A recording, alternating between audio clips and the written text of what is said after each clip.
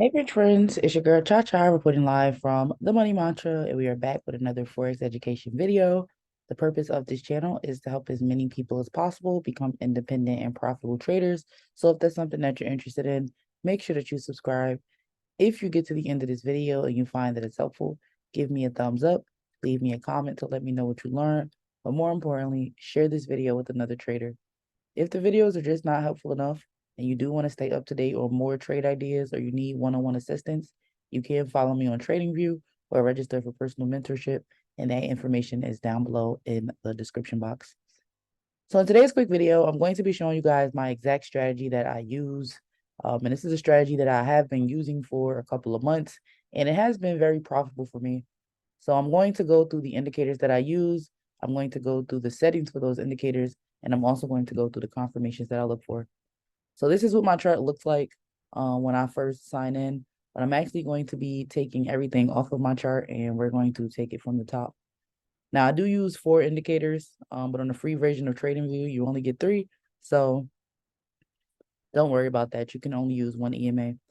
So first and foremost, I'm going to click on the indicators tab and I'm going to search for the first indicator that I want to use, which is the exponential moving average. Now it will come up as moving average exponential, but this is what you're looking for. So I'm going to go ahead and click on that. And because I use 2 EMAs, I'm going to actually click on it twice so that they both pop up on my chart. Because I haven't changed the settings yet, the EMAs are actually overlapping, so it looks like one line. But we're going to go ahead and we're going to change that now. So we're going to hover over the EMA at the top and we're going to click on the settings tab.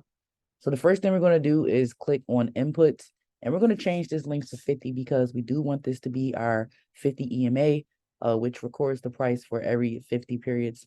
Now you can see in the background that the lines have separated once I've changed that, but I'm also going to change the method from SMA or simple smooth moving average to EMA, which is more of what I'm looking for.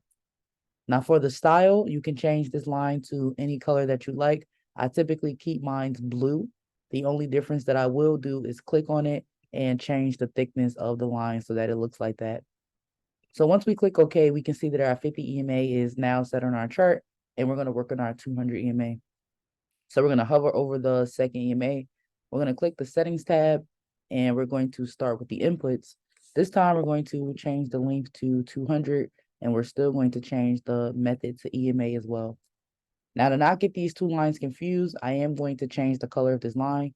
You can select any color that you like, but I like to change this one purple. And then I'm also going to change the thickness to the second thickness. So it should look something like this.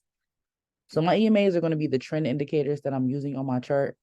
When candles are falling below these lines, you'll notice, and I'll just highlight it here.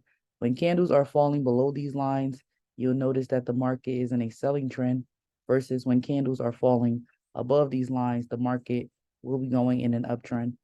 So these are the two things that are going to be at the top half of my chart. So now we're going to work on my last 2 indicators at the bottom, which don't have that many modifications, and then I'll explain my strategy to you guys. So we're going to click the indicators tab again. And this time we're going to be adding the momentum indicator, which is here. You just type in momentum, it'll pop up and you'll click it. Now for my momentum indicator, it will pop up on the bottom of your screen. You are going to go into the settings tab, which is represented by this gear here. The inputs are going to stay the same. However, for the style, it is important that we click this little squiggly line here and we turn our price line on. As you guys can see, the dotted line has popped up for the MOM in the back. And just out of personal preference, I am going to make that line a little bit thicker and I'm going to hit OK. So my momentum line should look something like this. The last indicator I'll add is my stochastic oscillator. So it's STOC. And once you type that in, it should start to come up. And you simply just want to click on stochastic. Now, again, the only thing I am going to change on my stochastic is the thickness of both of the bands. And I'm also going to make sure I have my price line on, right? Actually, I only want the price line on for the middle band. Well, we'll just leave it like that. And then we're going to click OK. So we have our 4 indicators on our chart, and the strategy is pretty simple. Again, when it comes, if I was looking for a buy My candles need to be above the EMAs. That's the first confirmation. The second confirmation is that my MOM needs to be facing up and above the dotted line. That's going to be another bullish confirmation. And then the bullish confirmation for my stochastic is if it's facing up, the blue line is above the orange line, and both of these lines are above 50.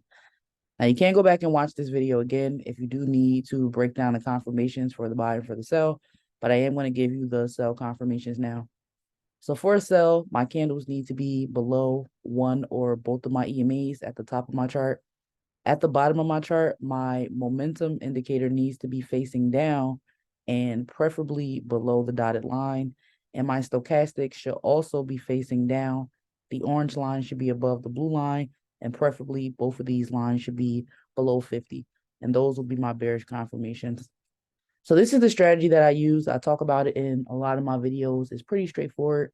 I did just want to go through the settings with you guys so that you know how to set your chart up and what things to look for. If you do want more information on my strategy, you can watch my How to Improve Your Strategy in 5 Minutes video, which I will put here. And if this was helpful, make sure you leave me a comment to let me know what you learned. Subscribe to the channel, share this video with someone else. And if you do need more help, you can register for personal mentorship. Until next time, rich friends.